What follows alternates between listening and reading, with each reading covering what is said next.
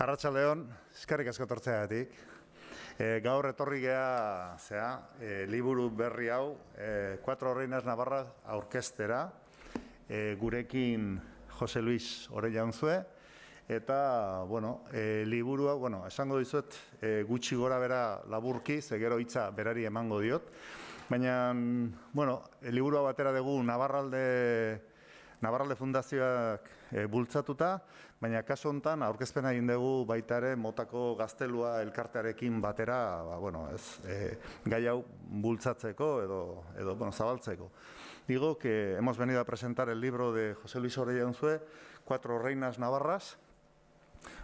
Como curiosidad os diré que en principio el título que le puso José Luis fue Cuatro Reinas Navarras del Renacimiento. No lo digo por deporte o por curiosidad, sino porque es bastante significativo. Es una parte del contenido del libro, es una época, el Renacimiento. Y brevemente, antes de que empiece José Luis, os explico el por qué lo pusimos en marcha y por qué se lo pedimos a él, etcétera, etcétera. Hace 2 años, en el 2020, se cumplían 400 años del Edicto de la Unión por el que el rey francés, o rey de Navarra, unificaba ambas coronas en 1620, y con ese acto lo que hacía era asimilar para la corona francesa la soberanía de Navarra, la incorporaba dentro de su corona. Y es una época muy poco conocida, las circunstancias son controvertidas, no está claro, algunos dicen que el Reino de Navarra siguió existiendo prácticamente hasta la Revolución Francesa, otros dicen que no, etcétera. Ahí hay un debate, pero el caso es que esa época no estaba bien definida y no estaba bien conocida. Entonces hicimos un esfuerzo de trabajo en torno a ese centenario. Organizamos una jornada, un congreso en Donapaleu, que en aquella época era la capital del Reino de Navarra, lo que quedaba. Y en todo este mare magnum pues hicimos bastantes cosas y tal. Y hablando con José Luis, pues salió el tema de que era una época muy poco conocida, muy poco documentada, y que estaría bien sacar pues algún tipo de material. Él nos propuso, la verdad es que la propuesta fue suya, dijo: yo tengo bastante material y merecería la pena hacer un trabajo. Y luego, cuando vimos el trabajo que nos propuso, la verdad es que nos quedamos encantados. Es un buen libro, muy buen libro, e incluso la fórmula está muy bien escogida. Lo que ha hecho ha sido reflejar la época a través de la biografía de 4 mujeres. Tampoco es casual esa elección. Estas mujeres tuvieron un gran protagonismo, cada cual a su manera, su personalidad formó parte de la época, de los cambios que introdujeron, de todo lo que significaron. Eso lo va a explicar él mejor que yo, pero digamos que las 4 reinas son importantes. El hecho de que de alguna manera le den cuerpo, le den una personificación a la época, al Renacimiento, también es importante. Una es Catalina de Foix, que era la reina de Navarra, la que transformó el reino y de alguna manera lo sacó de la época medieval y lo empezó a meter en el Renacimiento. La otra fue Margarita de Angulema, que fue una escritora, una mujer de su época, una figura del Renacimiento. Juana de Albret, la reina calvinista, con toda la historia que tiene, etcétera, etcétera. No os voy a explicar, que lo explique. Brevemente, quiero decir que estamos muy satisfechos desde Navarralde, estamos muy satisfechos con este libro. Y hoy ha venido a presentarlo y yo creo que él os va a explicar mejor que yo pues todo lo que puede tener de interés. Lo mío es una simple presentación. Eskerrik asko, José Luis, eta hitza zurea da. Eskerrik asko.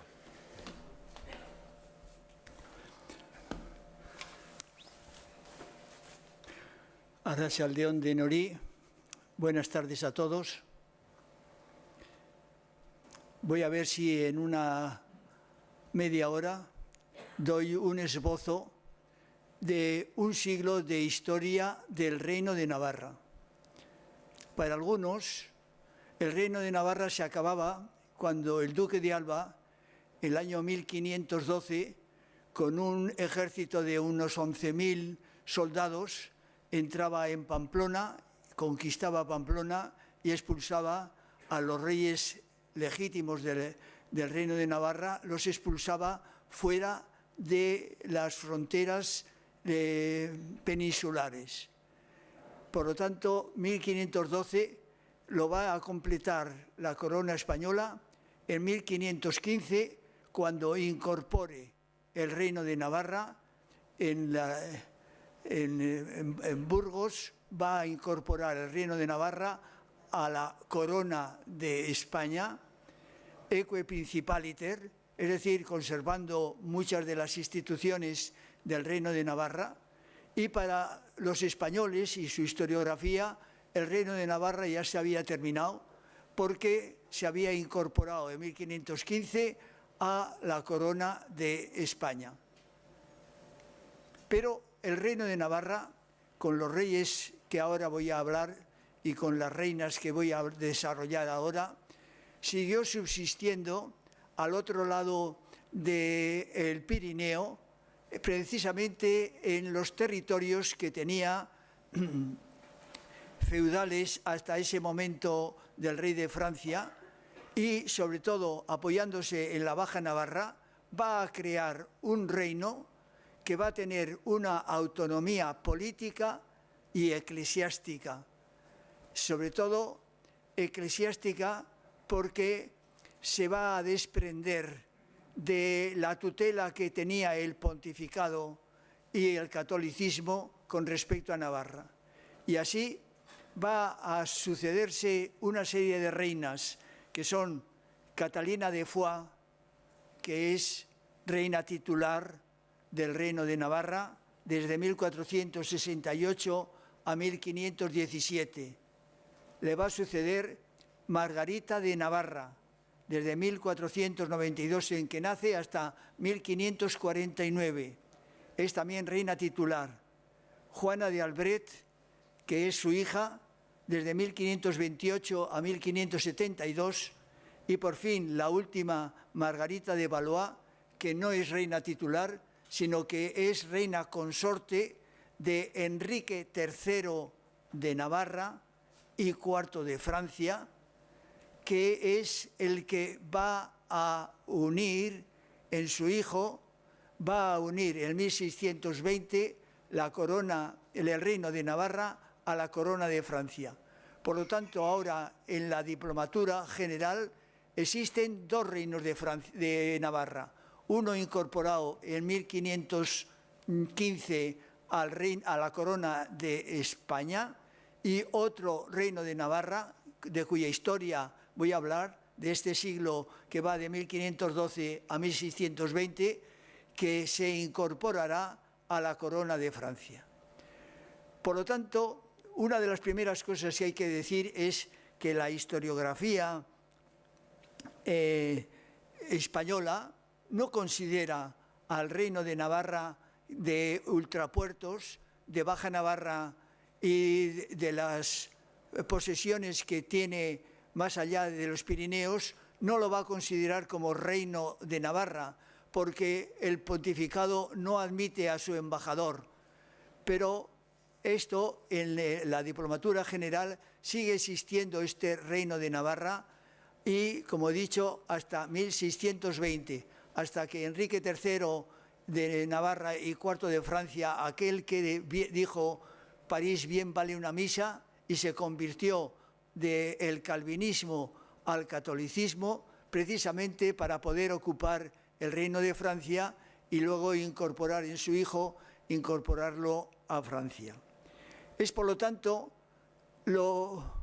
un error histórico el que la historiografía española pues no considere al reino, a los territorios de los Albret, que son reinos titulares, no considere como Reino de Navarra, sino que para la corona de España ha terminado ya en 1512, o si queréis, en 1521, cuando conquistan el último baluarte que tienen aquí, el castillo de Amaiur, lo conquistan y lo mandan destruir.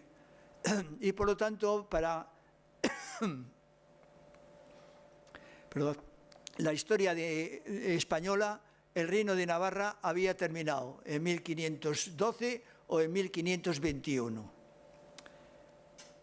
Sin embargo, este siglo es un periodo histórico de una Navarra que no había terminado con la conquista española, sino que estaba realizando uno de los ciclos y periodos más brillantes de la historia de Navarra, emergida a pesar de las Fuerzas Armadas españolas, que para la historiografía española ya no existía, sino la incorporada a la corona española, la cual quería destacar en Europa como potencia imperial. No hay que olvidar que en ese mismo momento es elegido Carlos de Gante, aquel que era hijo de española, fue elegido emperador del Sacro Romano Germánico Imperio, y que por lo tanto, como se va a convertir España, la corona imperial, se va a convertir en un astillero majestuoso que surtía barcos a todos los continentes conocidos, como la descubridora de América o la aportadora de grandes masas de plata y oro a los estados que venían de América, y sobre todo sostenían y alimentaban las casas de préstamo italianas que, sangrando la economía española, sostenían los grandes proyectos de la catolicidad. Había sido elegido, por lo tanto, Carlos de Gante en Carlos I de España y V de Alemania, y había sido elegido por los 7 electores imperiales precisamente porque España, mejor dicho, Carlos de Gante, había puesto más dinero en manos de los electores imperiales que lo que los otros contrincantes habían puesto, como eran Francisco I de Francia o Enrique VIII de Inglaterra. Los 3 quisieron comprar a los electores imperiales, y Carlos V se empeñó con el dinero de tal manera que las sucesivas bancarrotas que luego va a tener la corona española, tanto en tiempo de Carlos V, que son 4 bancarrotas, como las de Felipe II, etcétera, etcétera, provienen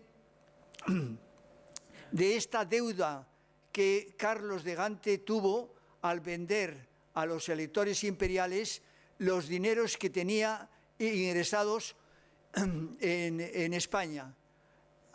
¿Y cómo lo hizo esto? Vendiendo lo que es la deuda flotante en deuda consolidada. Es decir, a todos aquellos ingresos que tenía Carlos en las salinas, en los puertos, etcétera, etcétera, todos los pequeños ingresos que tenía, consolidó esa deuda y se la vendió a las casas italianas, las cuales van a ir cobrando el impuesto del tabaco, el impuesto cuando venga de América, el impuesto de la sal, etcétera, etcétera, va a ir cobrando porque se ha consolidado la deuda.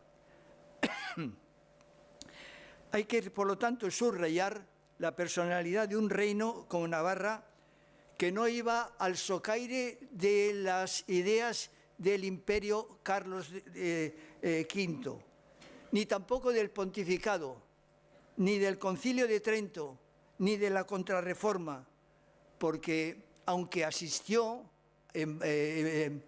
obispos navarros asistieron al Concilio de Trento, sin embargo, no aceptaron la Contrarreforma, que va a ser el paladín de la Contrarreforma un guipuzcoano, que es Íñigo de Loyola, que se va a convertir en el promotor y el mayor restaurador de la Contrarreforma.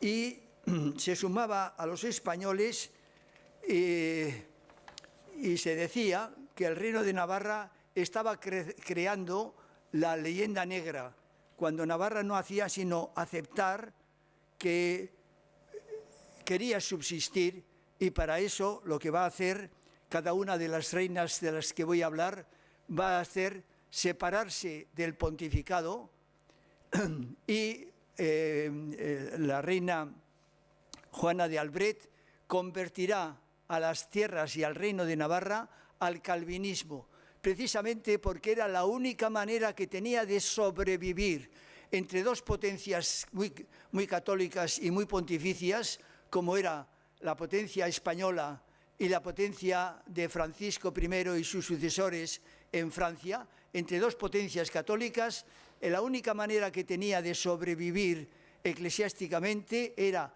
renunciar al pontificado.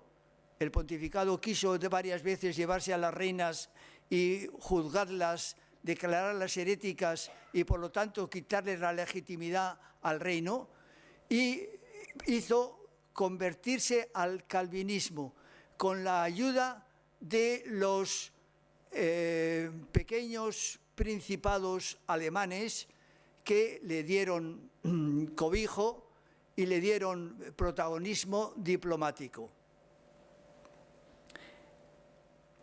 La primera de las reinas de la que quiero hablar es Catalina de Foix, que nace en la Navarra debajo de los Pirineos en 1468 y morirá al otro lado en 1517. Catalina de Navarra había salido indemne con su reino reorganizado del mayor acoso del príncipe de las armas y de la diplomacia, en palabras de Maquiavelo, como era Fernando el Católico. Fijaros que para Maquiavelo, cuando escribe El Príncipe, dos son los ideales o los referentes que va a tener. Va a ser uno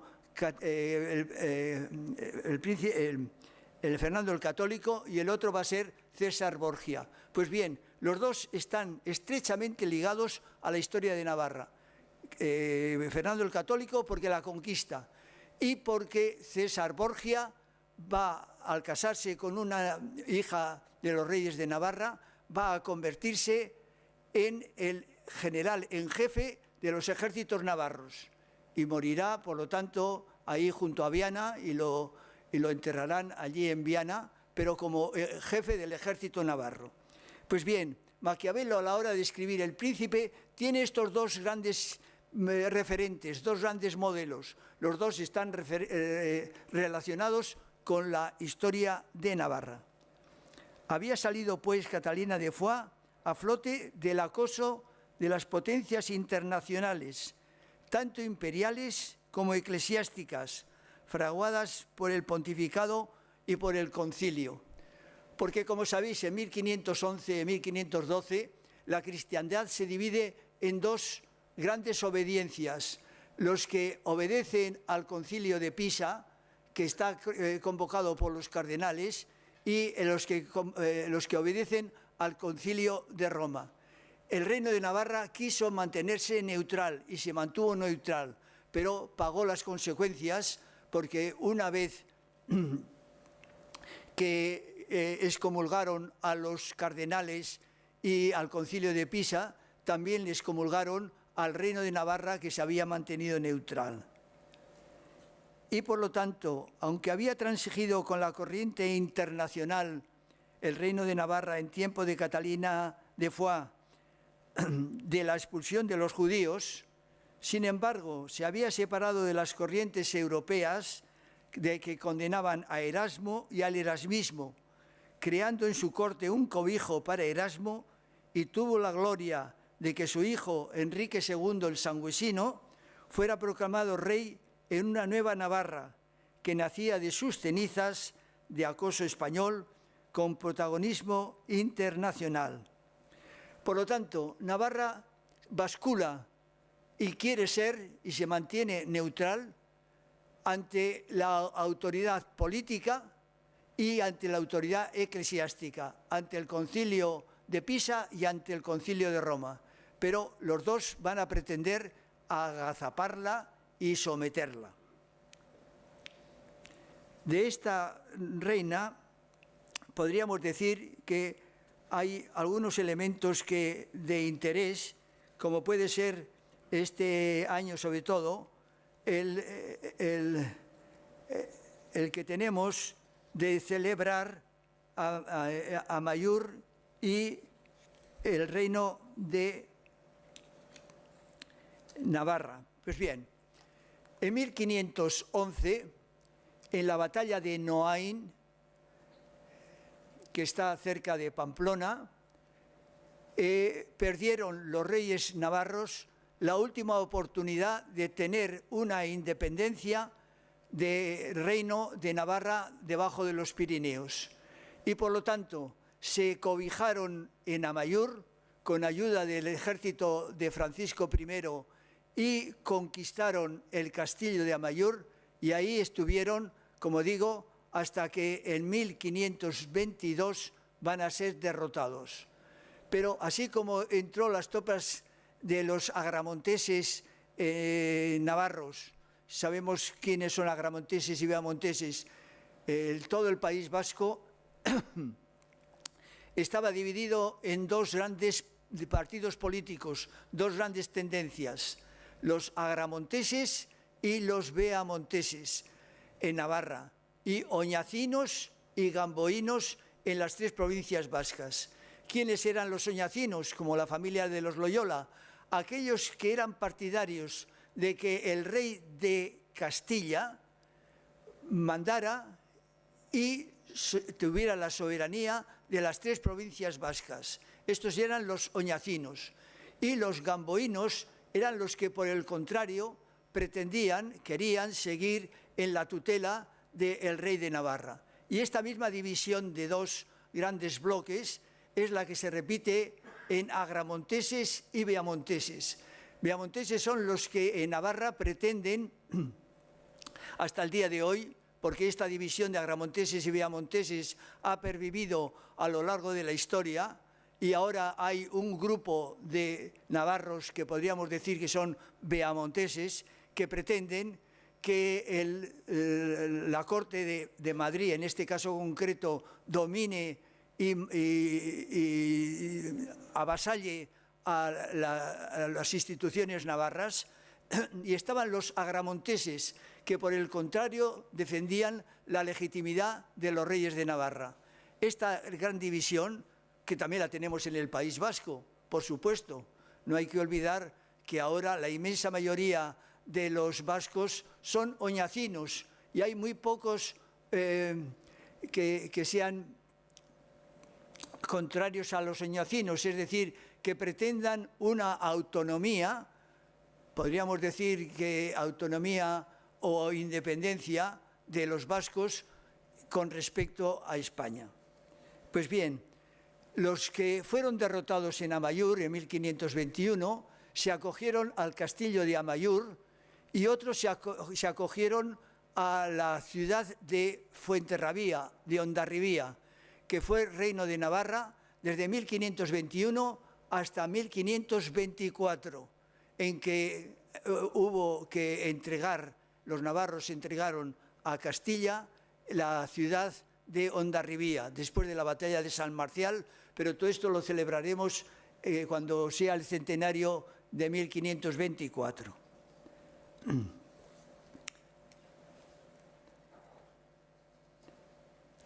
¿Qué representa Margarita de Angulema en la cultura literaria mundial? La segunda reina, Margarita de Navarra, 1492, nacida en Navarra y muerta en 1549, pocas escritoras habían aparecido a este momento en la literatura laica universal. En su madurez escribió dos grandes creaciones, como son las Prisiones de la Reina de Navarra, que es una especie de memoria, donde condensa sus inquietudes filosóficas, teológicas, místicas y artísticas, y escribe otra gran obra, el Heptamerón, que no hace sino, de alguna manera, ya que había favorecido la traducción del Decamerón de Boccaccio, traducirlo al francés, pues ella escribe el Heptamerón por dos aspectos importantes, por su vocación feminista y por su proyección universal. Es una obra que actualmente está en la literatura francesa como una de las referentes del humanismo francés. Margarita robustece con su obra literaria un centro de humanismo y de reforma calvinista de corte feminista, ya que si en el Decamerón Boccaccio hace que los hombres se rían de las mujeres, en el Heptamerón Margarita hace que las mujeres ridiculicen a los hombres. Su tertulia literaria será feminista y alcanzará en su hija, la reina de Navarra, el culmen del feminismo europeo, en su hija Juana de Albret. Simone de Beauvoir se refiere a esta reina en su obra El segundo sexo, diciendo: pero la escritora que mejor sirvió a la causa de su sexo fue Margarita de Navarra, que propuso contra la licencia de las costumbres un ideal de misticismo sentimental y de castidad sin mojigatería, tratando de conciliar amor y matrimonio para honor y dicha de las mujeres. Pues bien, en tiempos de esta reina Margarita de Navarra, quiero subrayar algunos de los aspectos que podrían interesarnos ahora, como son, en primer lugar, la personalidad y la relación que tuvieron los reyes de navarros con Bernard de Etxeparen.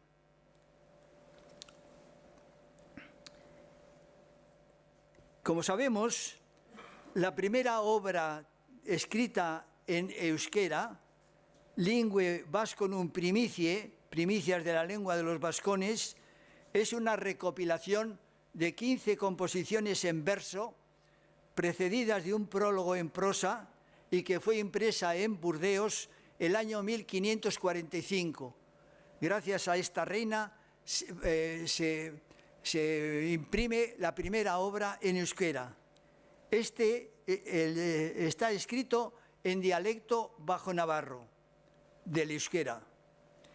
De las composiciones son 2 de tema religioso, 10 de tema amoroso, un poema autobiográfico y 2 poemas de alabanza a la lengua vasca. Etxepare es innovador en la elección de temas, pues nunca antes se había utilizado en la lírica popular una temática similar. Al confeccionar su obra, Etxepare emplea la técnica del versolarismo. Es por ello por lo que se considera un poeta popular.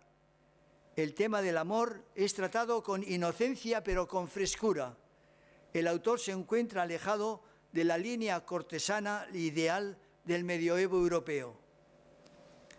Su obra fue criticada por la frescura y naturalidad con las que trata los temas amorosos, que se volvieron inaceptables después del Concilio de Trento, y porque los metros, medidas y ritmos populares elegidas por Etxepare tenía errores para la nueva poesía renacentista, errores que Ollenard criticaría con dureza. Escribió su obra en el único dialecto que conoció, el bajo-navarro del Este. En general, la ortografía de Etxepare es bastante irregular, debido a que está basada en la oralidad.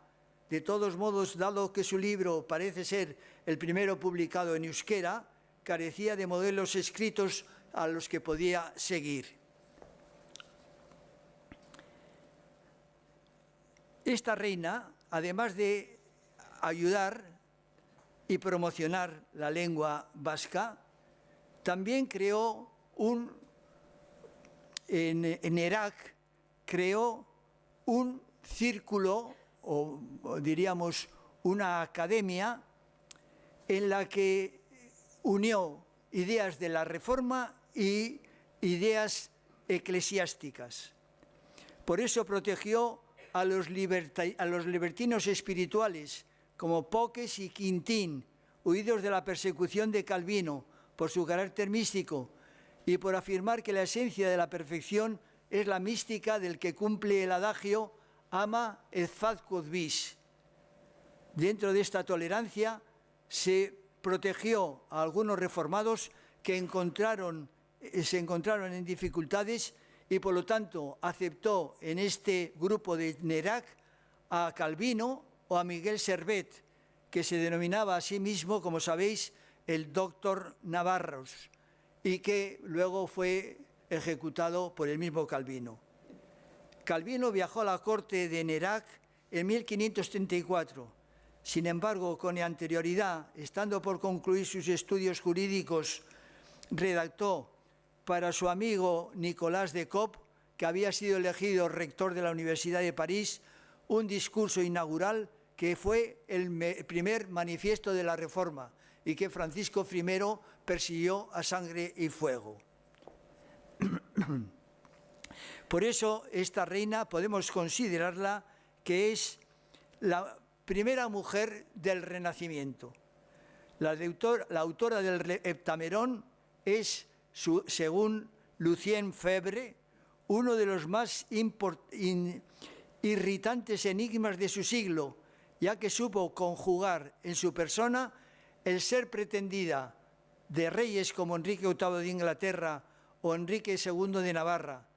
Fue embajadora política y reformadora religiosa de sus estados, corresponsal de Erasmo y de Calvino, junto con ser partícipe en empresas de la cristiandad, tales como el Concilio de Trento o el levantamiento del sitio de Viena atacado por los turcos en 1529.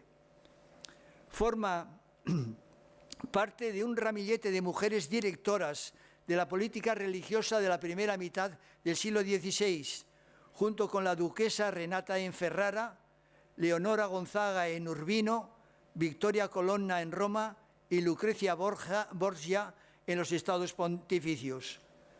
Margarita de Navarra es una mujer de elevada cultura, poetisa, autora teatral y mística, mujer militante y comprometida en las reformas religiosas del momento, que conoce a Erasmo y que patrocina a Calvino, a Baltasar de Castiglione, cuya obra El cortesano, por su iniciación, fue traducida al francés en 1537, y a Boccaccio, cuyo Decamerón fue traducido por iniciativa de esta reina.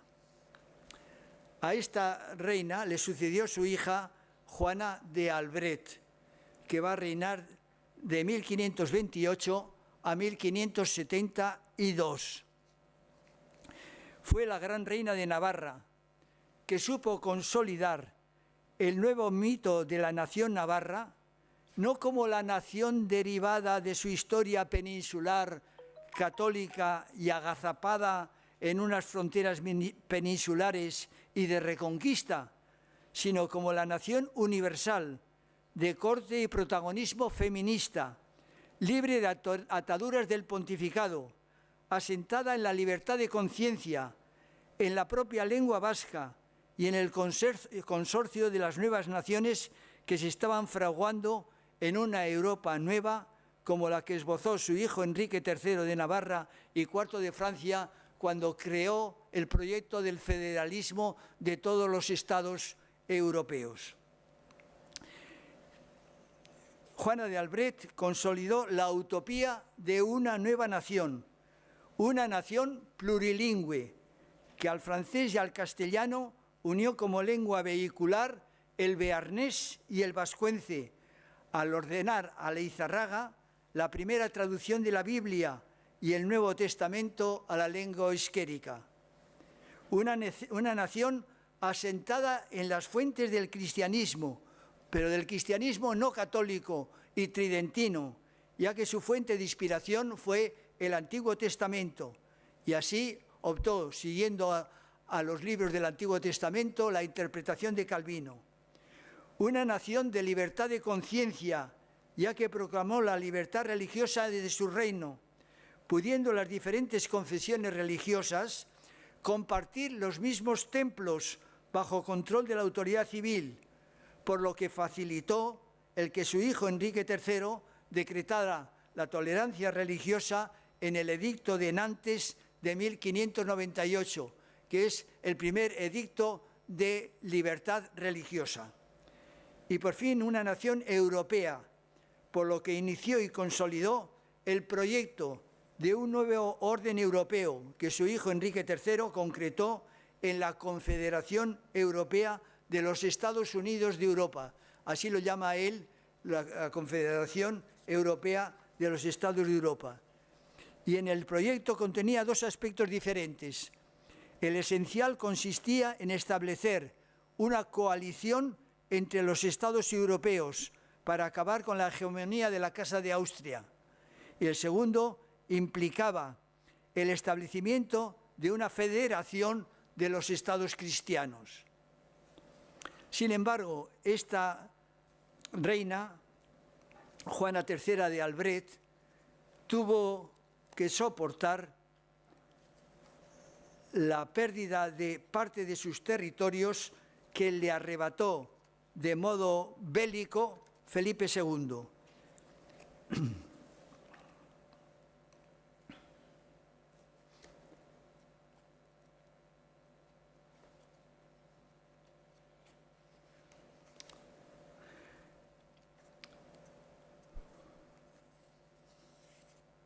El rey de Francia, Carlos IX, cuñado de Felipe II, a su regreso de París, quiso antes entrevistarse con Juana de Albret, cuya opción religiosa traía en pleno desconcierto a la región del Bearne. Ya para entonces había convertido al reino de Navarra al calvinismo. Carlos IX nada pudo lograr de Juana de Albret y en ese sentido escribió a Felipe II sugiriéndole la idea de que recabase de Roma la manera de poner fin a las revueltas que trastornaban a la diócesis de Bayona. Y ahora Felipe II se va a dedicar a recortar todo el territorio que dependía de la diócesis de Bayona, pero que estaba bajo la frontera de los Pirineos. La sede de Bayona incurría tierras navarras de uno y otro lado de los Pirineos.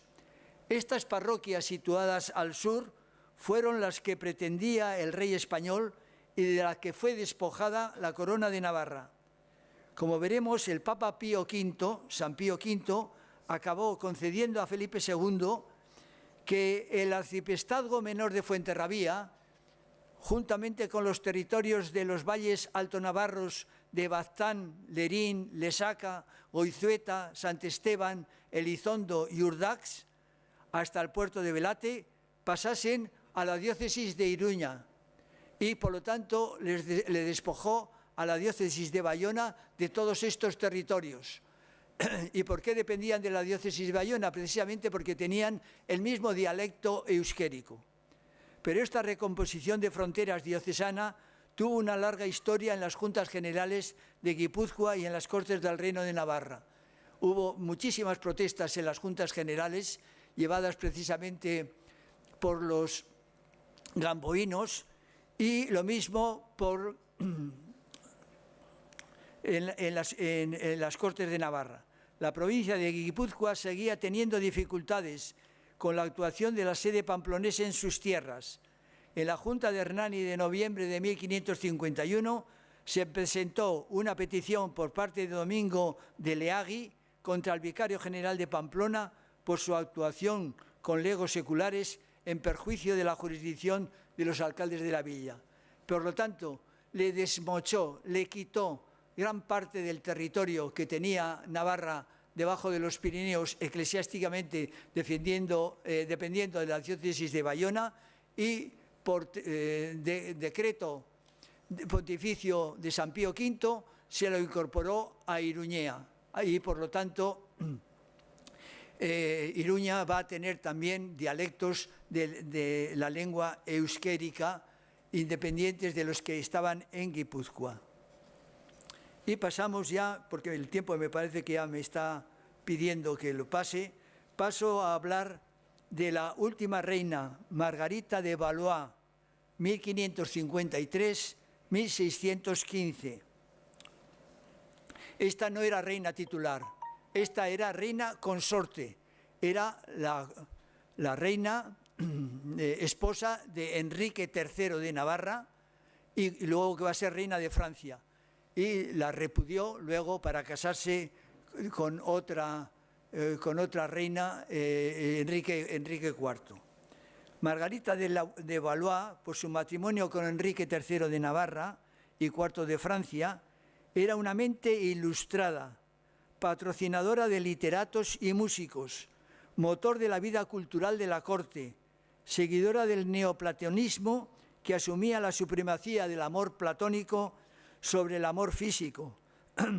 La primera mujer en la historia que escribió sus memorias. Se convirtió en mujer de moda con imitaciones en su modo de vestir y en sus aficiones culturales en todas las cortes europeas. Estando casada con el rey de Navarra, visitó el famoso salón literario parisino, Salon Vert, lugar de encuentro para poetas, intelectuales y artistas. Allí se ganó a la alta sociedad, por lo que fue objetivo certero del recelo y la envidia, achacándole una misoginia que no era cierta, siendo ella una mujer hermosa, culta, ninfómana e incestuosa. Y de este momento es la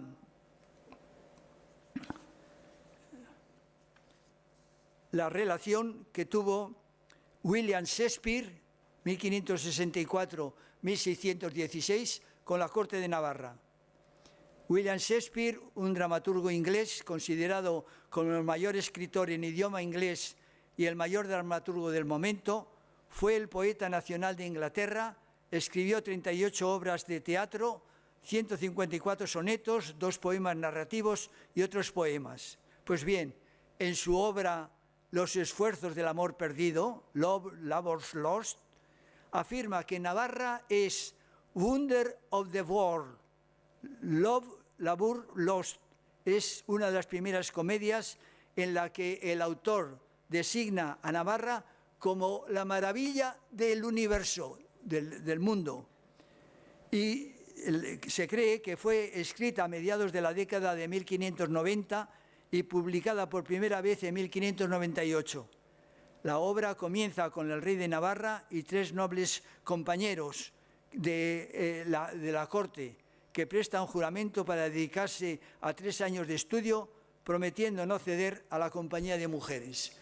Y con esta cita del gran William Shakespeare, alabando la proyección de la corte humanista de Navarra, quiero ya terminar y ponerme a vuestra disposición si es que tenéis alguna duda que pueda yo aclarar.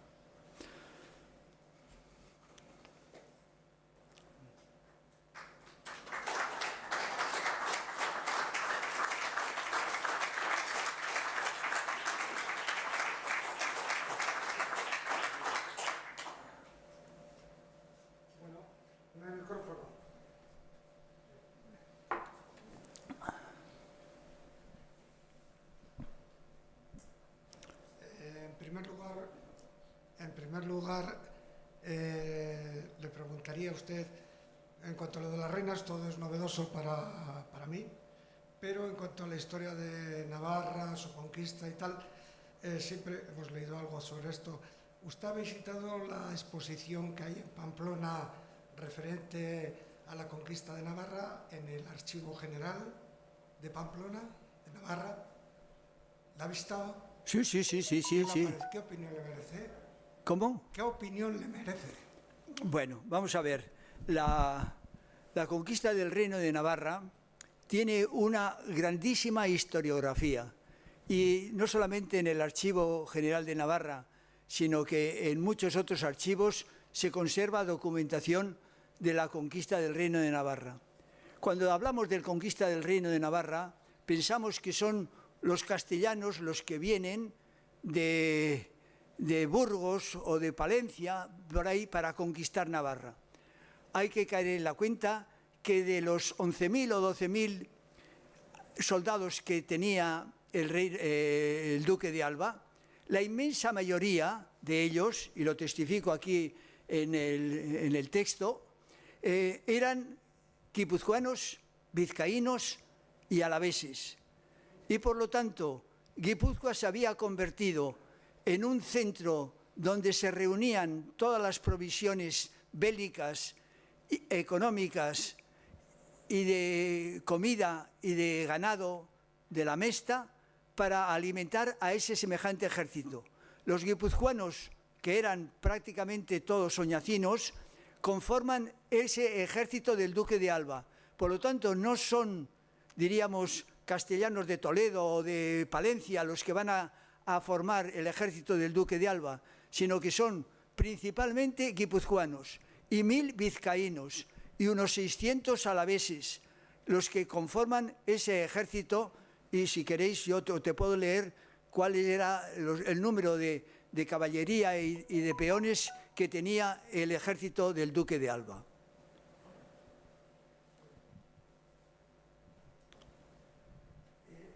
Otra pregunta, yo siempre había considerado a los gamboinos, se les llamaban parientes mayores. Por lo tanto, me sorprende, y la verdad es que las fechorías cometidas aquí en la provincia y en Vizcaya han sido considerables, o fueron considerables. Por lo tanto, me sorprende esa definición de unos como pro-castellanos y otros pro-navarros, cuando los daños los hacían aquí. O sea, y si los oñacinos eran pro-castellanos, en los cuales ha incluido la Casa de Loyola, por lo que ha dicho, referente a San Ignacio, siendo partidario de Castilla, y por lo tanto del rey de Castilla, el abuelo de Íñigo de Loyola fue castigado, deportado, estuvo en Andalucía unos cuantos años, su casa fuerte desmochada, y siendo como era oñacino, y por eso no se entiende muy bien cómo, siendo de su propio partido, le hacen esta justicia. Bien, los parientes navarros se articulaban en oñacinos y gamboínos, pero los parientes mayores tenían como enemiga principal de su poder, pues el núcleo que se estaba creando entonces, que era la provincia de Guipúzcoa, y por lo tanto lanzaron un desafío a 40 ciudades y villas guipuzcoanas y pretendieron que esas obedecieran a los parientes mayores. Enrique IV no solamente no estaba conforme con eso, sino que apoyaba a la provincia de Guipúzcoa, y entonces expulsó y desterró a los parientes mayores, como acabas de decir tú muy bien, y entre ellos al abuelo de Ignacio de Loyola, los expulsaron a tierras de Reconquista, y allí durante 3 años estuvo que, de su propio peculio, abastecer a sí mismo y a la compañía y el grupo de personas que le acompañaban. Y cuando por fin Enrique IV, con petición de la provincia, les perdona a los parientes mayores para que puedan volver, para entonces la provincia ya ha desmochado todas las casas torres de los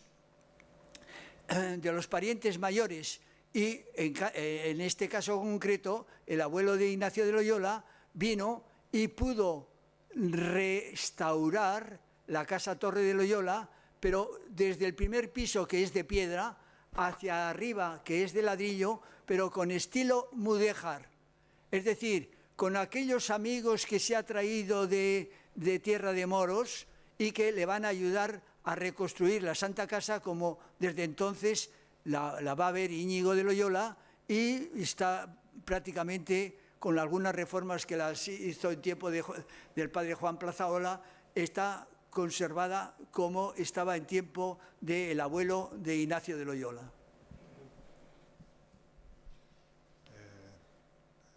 José Luis, te quería preguntar, ya que el libro va más bien por el lado del Renacimiento y de las reinas, a ver si nos podrías definir brevemente, aunque en el libro lo has centrado en la biografía de las reinas, cuáles serían los rasgos o, digamos, un poco la idea de lo que fue el Renacimiento navarro.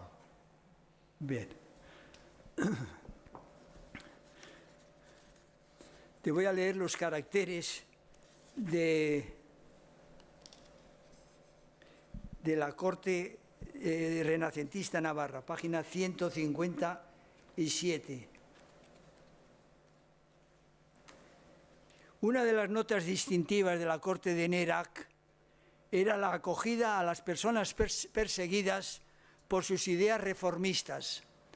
Por lo tanto, no están comulgando a ojos ciegas con el pontificado, sino que afirman que hay que ser liberal y aceptar las ideas reformistas, tanto la de Lutero como la de Calvino, como la de otros reformadores.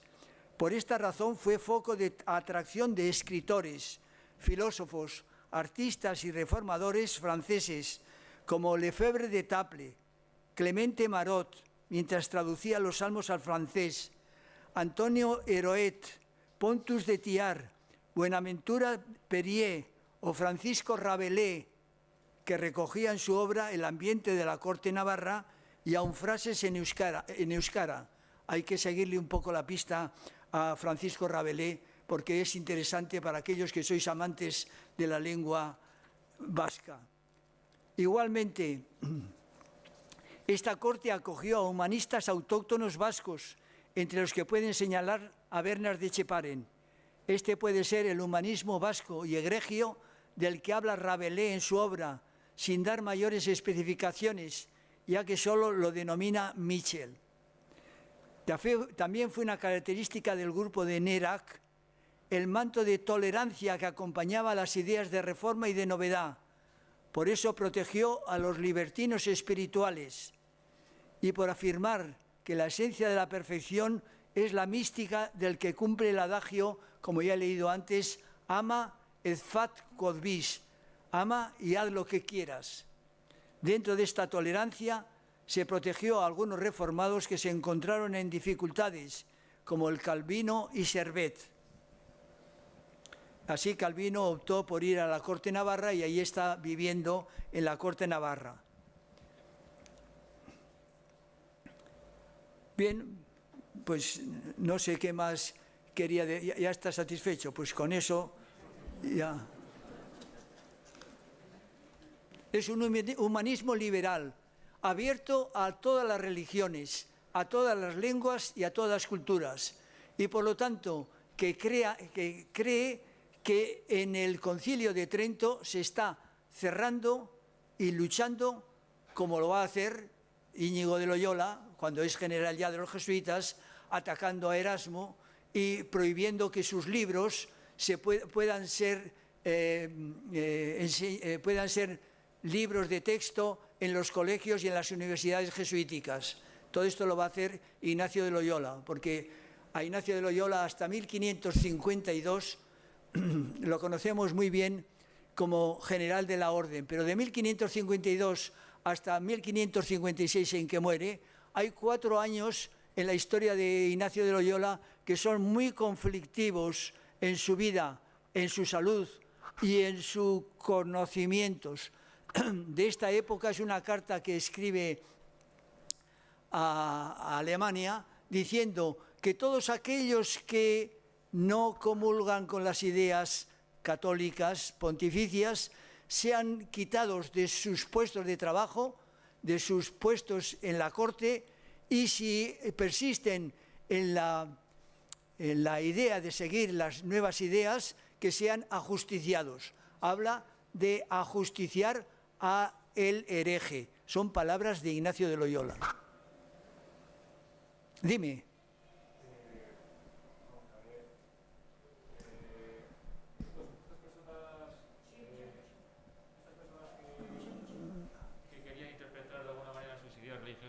De diferente manera, tal como imponían los estados francés y español, fueron acogidas por Margarita, ¿no? Quiero entender. No te entiendo, no llega hasta mí tu pregunta.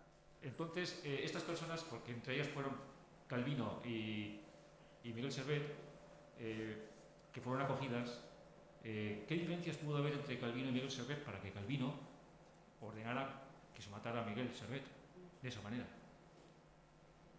No sé si he captado bien tu pregunta, pero Calvino, me has preguntado por Calvino. Calvino va a estar en la corte de Nérac años, va a escribir allí muchas de sus obras y va a favorecer a que la reina Juana de Albret convierta a los navarros en calvinistas. Si es verdad que eso va a suscitar una guerra civil entre los navarros, que son de Albret principalmente, y los navarros que son más cercanos a la Baja Navarra, que querían permanecer en el catolicismo. Va a haber ahí una lucha civil entre navarros, pero por fin se impone la tolerancia de Juana de Albret.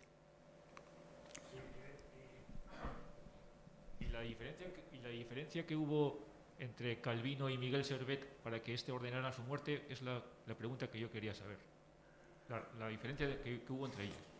Bueno, hay que afirmar que así como existía una Inquisición en España, que se fundó la Inquisición en tiempo de los Reyes Católicos, y con ella comienza una etapa distinta en la historia europea, que es la historia de la Contrarreforma, que las ideas ya no se permite su libertad, sino que se persiguen, y aquel que no está conforme con las ideas que manda el juez supremo, que es el rey, que es el que designa al inquisidor general, aquel que no comulga con esas ideas será ajusticiado. Pues bien, esta Inquisición que nace en España no es única y exclusiva de España. Hubo una Inquisición y aduzco yo en su momento todas las víctimas que tiene Enrique VIII persiguiendo a aquellos que no comulgaban con las ideas de que él era el señor de la religión inglesa. E igualmente hay una Inquisición de Francisco I, que ya he aducido antes, que pasó en 1525, ejecutó a varios de ellos, y entre ellos tuvo que huir Ignacio de Loyola, que estaba entonces estudiando en París, y con una burra vino hasta Loyola y se hospedó en el hospital de Loyola, y que dejó allí a sus compañeros de Montmartre, los dejó allí, pero venía huyendo de un proceso porque él de alguna manera había apoyado a esos que habían sido tildados de reformadores por Francisco I. E igualmente hubo una Inquisición pontificia que la organizó el Papa Sixto V, organizó una Inquisición de tal manera que aquel que no comulgara con las ideas pontificias sería despojado de sus bienes y ejecutado, porque todos se acababan en la hoguera. E igualmente Calvino, había una Inquisición calvinista, igual que la de Enrique VIII, igual que hubo una Inquisición alemana, porque en toda Europa se implantó la idea de que las ideas las imponían los que mandaban, y los que no obedecían esas ideas o tenían que ser expulsados o ejecutados. Y por eso empieza una nueva etapa, que es la etapa de la Contrarreforma, que no terminará sino hasta 1640, la etapa de la Contrarreforma, y que, como digo, en su momento, uno de los grandes promotores de esa Contrarreforma fue Laínez, no tanto Salmerón, y sobre todo Íñigo de Loyola, que entonces ya no era Íñigo de Loyola, sino que era Ignacio de Loyola.